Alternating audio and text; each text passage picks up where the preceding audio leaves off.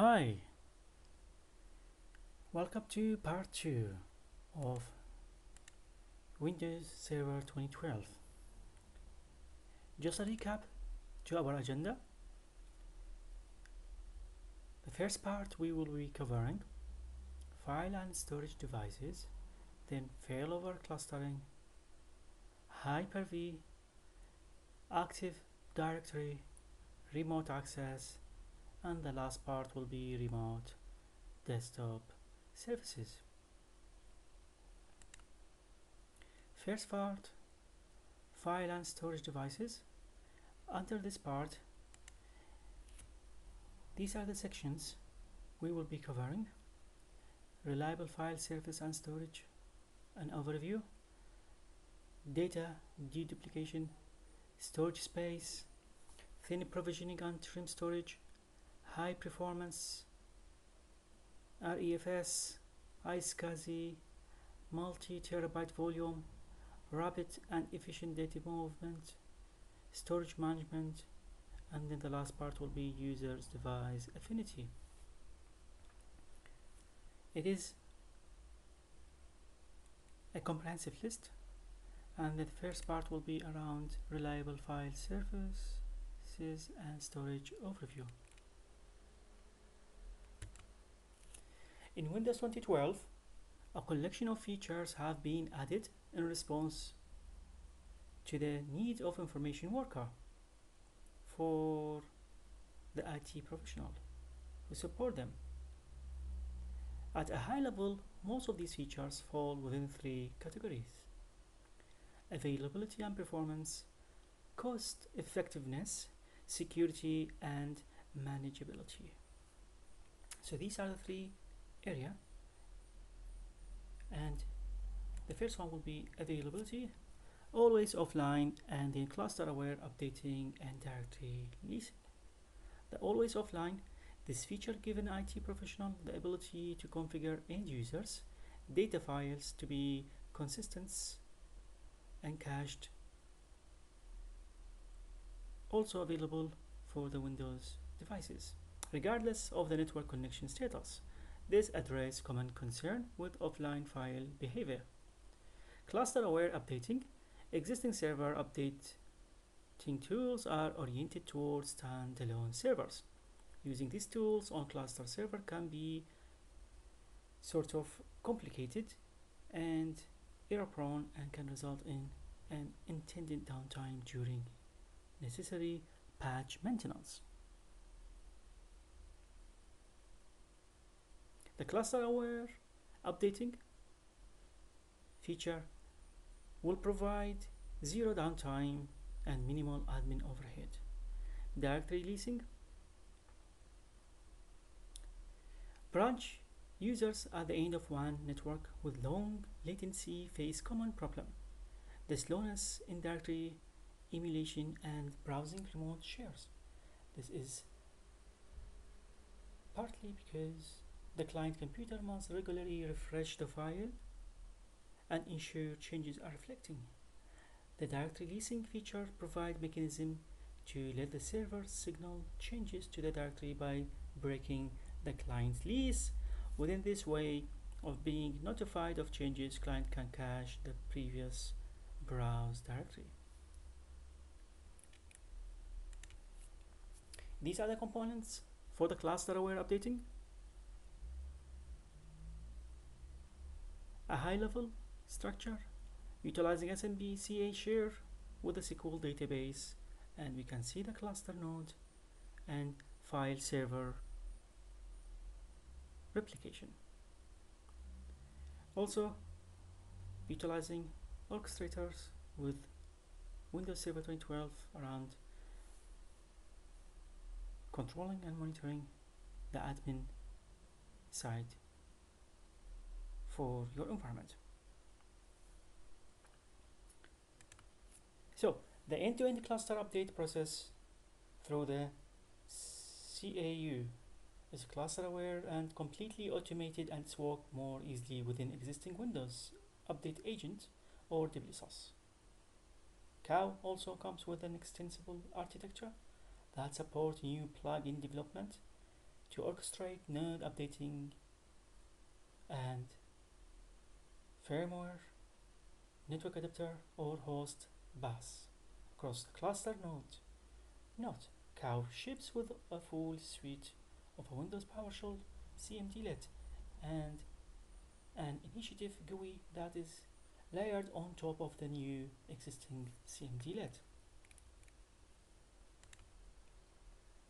SMBv2 on 2012, Cow features powered by the transparent failover, which allow file servers to fail over to another node in the cluster in a way that transparent to application that might be open or VSS not aware. NFS v3 transport failover. The same transport failover is available within NFS shares exposed through Windows 2012. The current version of NFS shares has been enhanced to be continuously available. Note, the next version of NFS, which will be 4.1, is available in Windows Server 2012.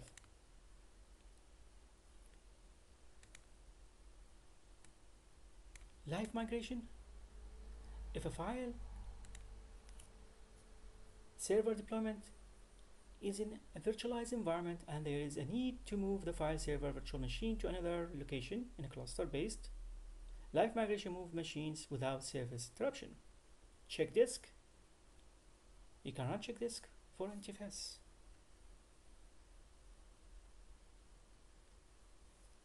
And to check operation for large running profiles. This dramatically decreases the time it's taken to run check disk, which another improvement Microsoft enhanced on 2012. Storage spaces and pools. For both availability and scalability, storage spaces and pools allow virtualization of multiple physical disks into pools, which scale up capacity by adding inexpensive consumer disk or disk subsystem. It provides resiliency and data integrity. Cost effectiveness. Thin provisioning. Thin provisioning allows storage space to be allocated on just enough and just in time basis. This helps you drive up the virtualization efficiency of your storage. You can purchase less storage capacity, also to help around costs such as electricity and floor space required to keep unused disk capacity spinning. Deduplication technology offers dramatic saving for disk space utilization, claiming white spaces, especially around two-way storage cost, can be reduced by deduplication. A deduplication file or deduplicate files can be detected across share or volumes, and single instance of each file can be kept, or chunks across file can be deduplicated. We've already had support for single instance of files in our current release of Windows Storage, and Microsoft introduced and enhanced the 2012 latest version. Branch cache v2. The same deduplication mechanism also drives the utilization efficiency of one bandwidth by utilizing more advanced algorithm for branch cache office. The next version of branch cache takes the saving from deduplication chunks across file and transparent into the wire saving. Support for low cost SATA disk. A potential problem with consumer serial ATA disk in that most don't support forced tunes access, which tell us a client will require direct reading from disk instead of using cache copy. This lack of support for FUA breaks the reliability of the file system after power failure. A feature called write ahead logging improves the resiliency of such a disk after power failure. Security and manageability. User device affinity. This feature allows you to improve the security of end users' data by roaming it only where needed. This means that if a user logs on a colleague's computer, the user doesn't have to worry about data being roamed to the computer. This helps to protect security of the data. File services in Server Manager. The new file services interface within Server Manager lets you remotely manage multiple file servers. Manageability of user state technology, or MUST, is a collection of features that relate to roaming user profile, folder redirection, and offline files. Configuring and monitoring these technology have been difficult in the past. Improvement to Windows Management WMI interface make it simpler to leverage the APIs so that other companies can more easily create tools for managing monitorings, troubleshootings, any user state technology related feature. The last part of our module 2 around security and manageability for file classification and claim-based authorization.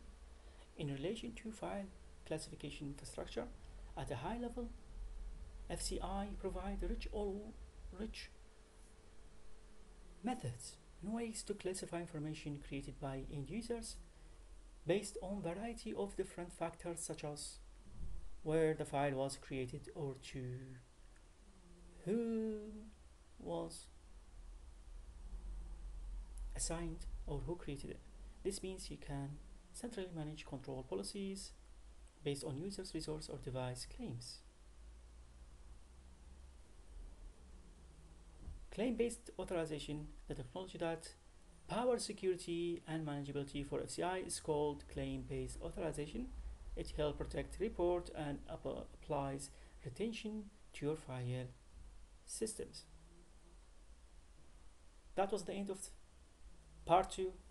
Hopefully you learned something useful. Thank you for listening, and we shall meet on part 3.